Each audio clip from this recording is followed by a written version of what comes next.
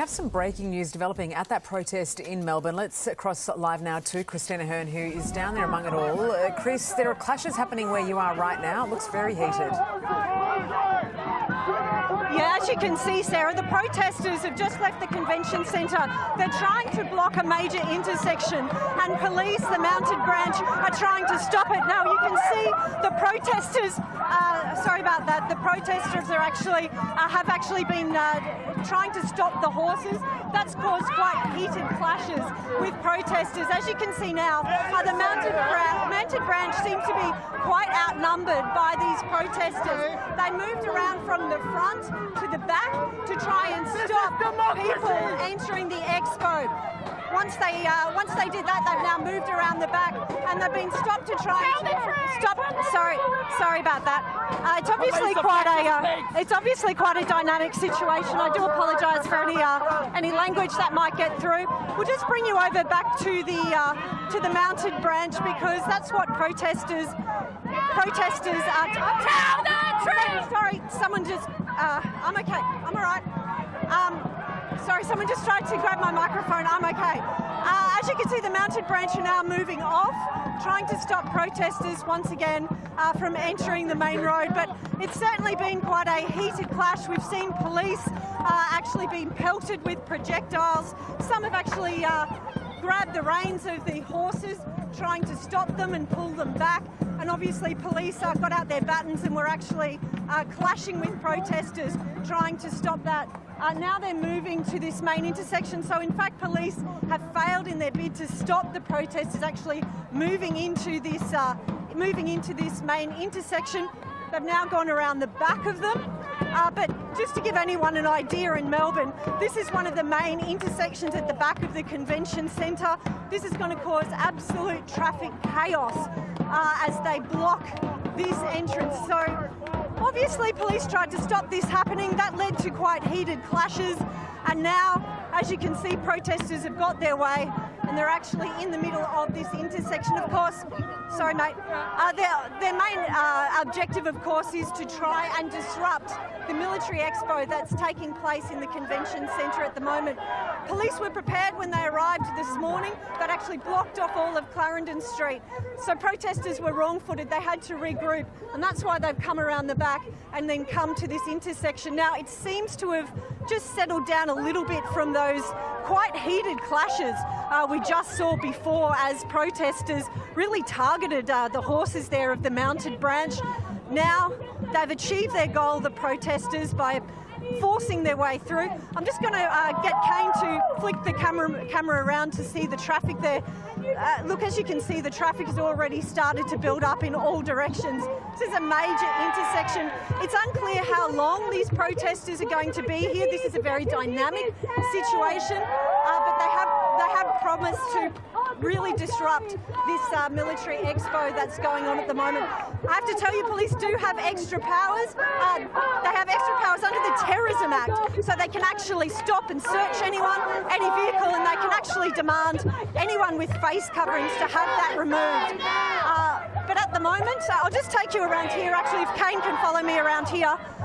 As you can see, a line of police has just been formed over here to try and stop the protesters if they do in fact want to enter the freeway. You can see the Westgate freeway up ahead, so far that hasn't been disrupted, but the off-ramps, as I said, this is a major intersection to get onto the Westgate freeway, to come off it as well. That is all blocked at the moment. It's not clear how long this is going to be blocked for. It seems to me, I know it's very difficult for you to hear right now. There are people there legitimately protesting, as is always the case with a protest in Victoria. It's the other elements that'd be the worry. There are also people who are legitimately coming there just to pick a fight. You can see them, they've got masks on, they've got eye coverings, they've got hoodies on.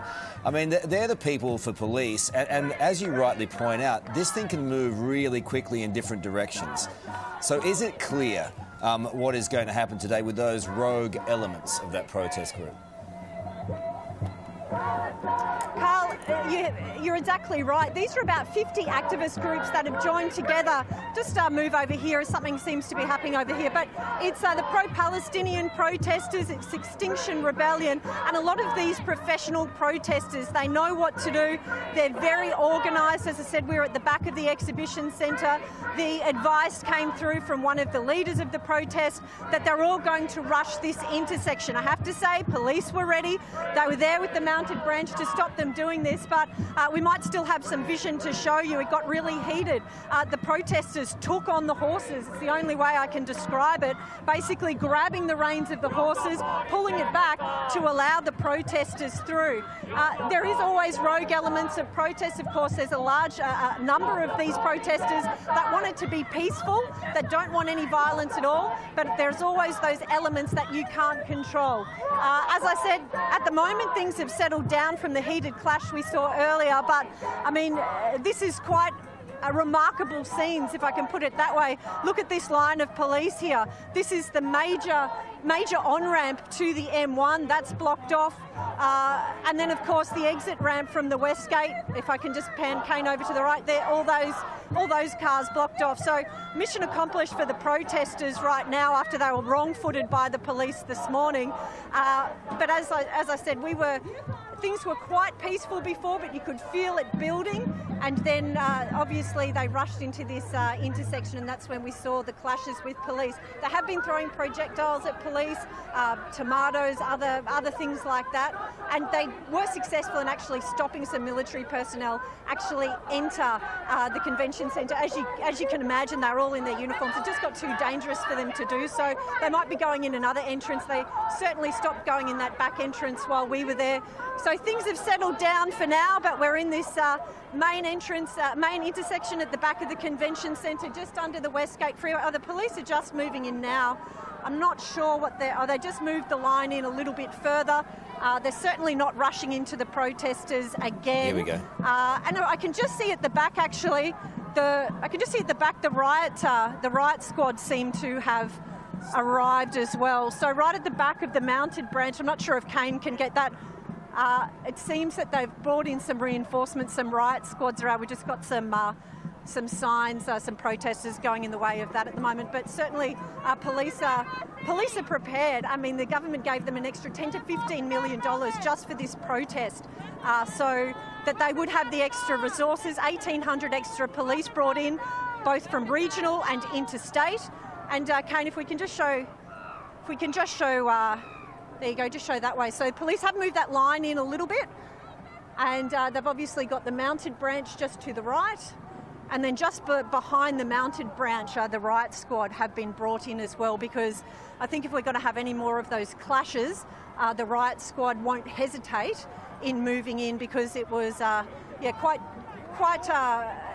distressing scenes with those horses targeted before, as the protesters moved into the intersection. I think police in the end decided that they were outnumbered. They had to move away and let the protesters do it. But at this stage, we just have a look at the police there holding the line so that the protesters don't move any further. Yeah, I think, Chris, there was always going to be a flashpoint, wasn't there? The protesters' next move. Yeah, there was always going to be a flashpoint, right? The police resources is there. Yeah, you're right.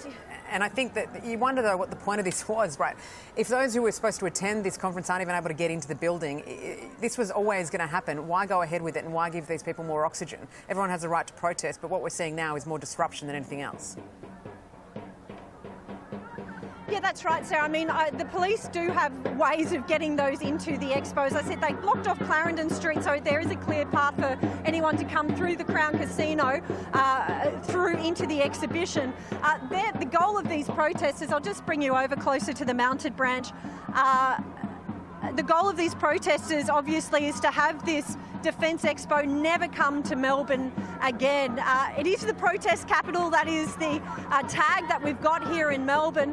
You can see the mounted branch. I'll just see if I can take Kane over here. I just saw some extra police just being brought in. If we can move over here. So Kane, if you can just see through that. Over the mounted branch, see if we can get you a shot of the riot squad. You can just see through there that have been brought in. they're obviously waiting in preparation. But yeah, you're right, Sarah, this was always going to tee off. We did have a couple of small protests leading up to it, but this is the big one. This is the one that police have been prepared for, and they are. Absolutely, Chris. Look, we'll come back to you at 7:30. Thank you so much for bringing us up to speed in what is a rapidly evolving scene down there in Melbourne, causing absolute chaos.